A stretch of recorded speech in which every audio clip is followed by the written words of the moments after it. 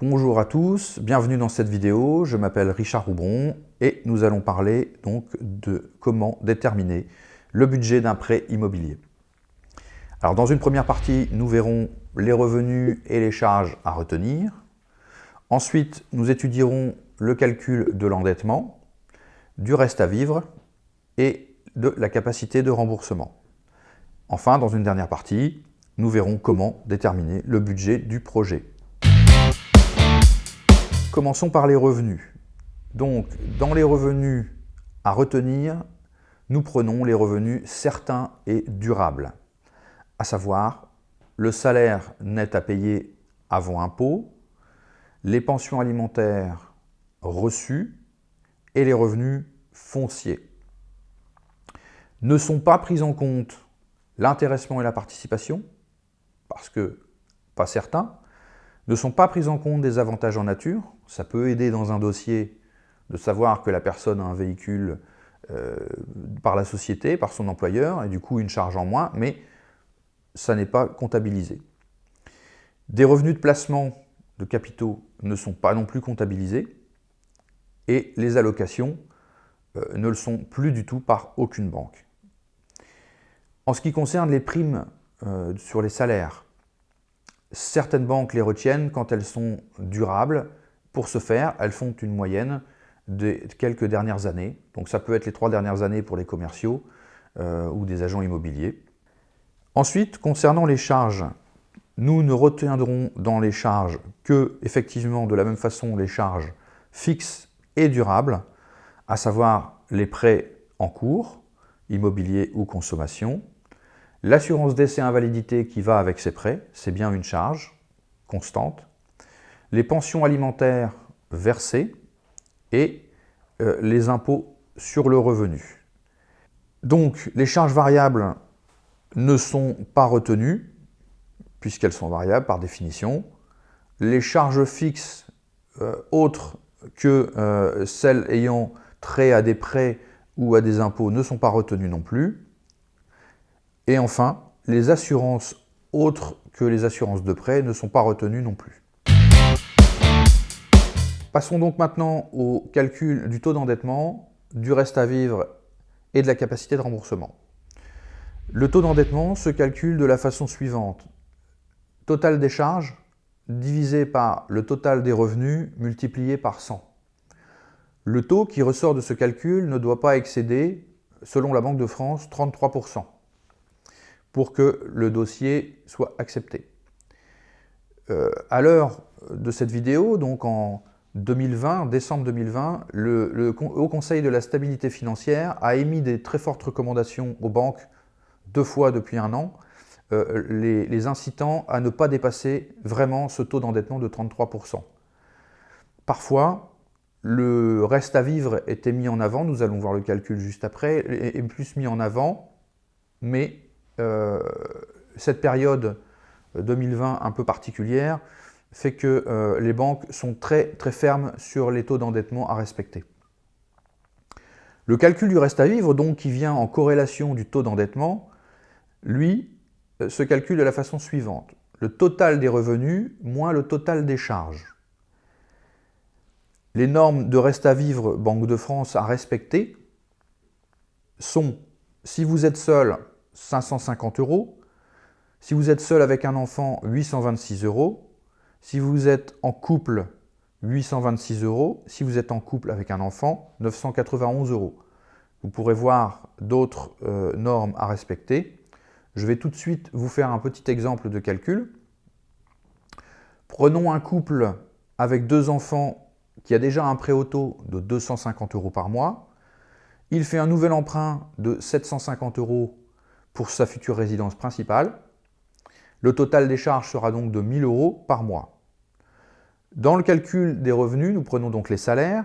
On va dire 2 300 € pour monsieur, 2 200 € pour madame, ce qui fait un total des revenus de 4 500 €.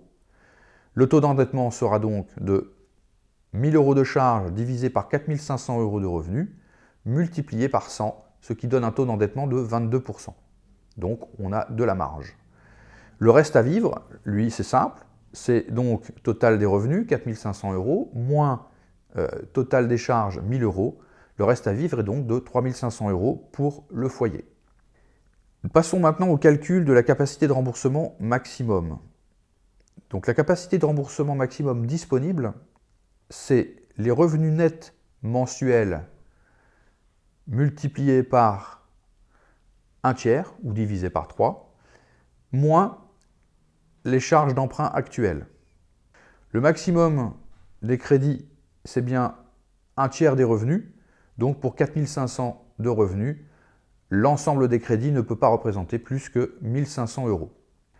1 500 € de capacité donc d'endettement mensuel, moins 250 € de prêts déjà existants, prêts auto, alors leur budget futur de projet immobilier mensuel s'élèvera à 1 250 € par mois maximum. Quel est le budget maximum d'emprunt? Eh bien, la capacité de remboursement mensuel en euros corrélée à la durée d'emprunt. Je vous prends un exemple tout de suite. Si notre couple peut s'endetter jusqu'à 1 250 € par mois, sur 25 ans, il peut emprunter donc 275 500 €, en prenant un taux de prêt à 2% sur 25 ans avec une assurance à 0,36. C'est évidemment un exemple qui peut être modifié en fonction des taux de prêt du moment. Chaque établissement de crédit a son propre logiciel de calcul, mais vous pouvez trouver des simulateurs sur Internet qui sont très nombreux et qui sont très efficaces. Vous pouvez même utiliser des applications de smartphone qui font ça très bien également. Je ferai 2 remarques importantes par rapport à ce taux d'endettement et à ce reste à vivre. La première chose, les banques sont très vigilantes sur le reste à vivre, bien évidemment, puisque les normes Banque de France doivent être respectées, mais elles accordent parfois certaines dérogations pour des clients un peu plus haut de gamme, avec des forts revenus, qui ont un fort reste à vivre, qui vient compenser un peu le taux d'endettement supérieur à 33%. Il n'est pas rare de voir des banques qui prêtent à des clients jusqu'à 37-38% d'endettement. Néanmoins, je réitère ma remarque concernant le Haut Conseil de la stabilité financière qui, entre décembre 2019 et décembre 2020, a émis de très fortes recommandations pour que les banques respectent le 33%. Deuxième remarque très importante, il s'agit du saut de charge. Le saut de charge est à prendre en considération car il peut être une cause de refus de prêt. En effet, prenons l'exemple d'un couple de locataires qui paye aujourd'hui 750 € de loyer. Ils vont passer propriétaire demain et payer 1 000 € de mensualité de prêt, qui a priori au niveau endettement rentre dans les clous. Néanmoins, on s'aperçoit que les clients sont toujours en débit avec 750 € de loyer. Forcément, la banque sera absolument pas favorable à les endetter jusqu'à 1 000 € s'ils s'en sortent déjà pas avec 750, alors que le taux d'endettement pour autant est respecté. Donc cette notion de saut de charge me semblait très importante à repréciser. Calculons maintenant le budget du prêt immobilier en lui-même. Le budget du prêt immobilier a 2 volets, dans l'ancien ou dans le neuf. Pourquoi? Parce que les frais de notaire sont différents dans l'ancien et dans le neuf. Dans le neuf, les frais de notaire varient entre 2,5 et 3%. Dans l'ancien, en moyenne, ils sont proches des 8%. Sans apport, donc le budget de recherche dans l'ancien est égal au montant du prêt possible, moins les frais de prêt dans l'ancien. Donc le budget sur le marché de l'ancien est égal à la capacité d'emprunt en euros multiplié par 0,90. Pourquoi? Tout simplement parce que les frais au total représentent 10% dans un budget de projet immobilier. Sans apport, leur projet de recherche dans l'ancien sera donc égal au montant du prêt possible, moins les frais de prêt dans l'ancien.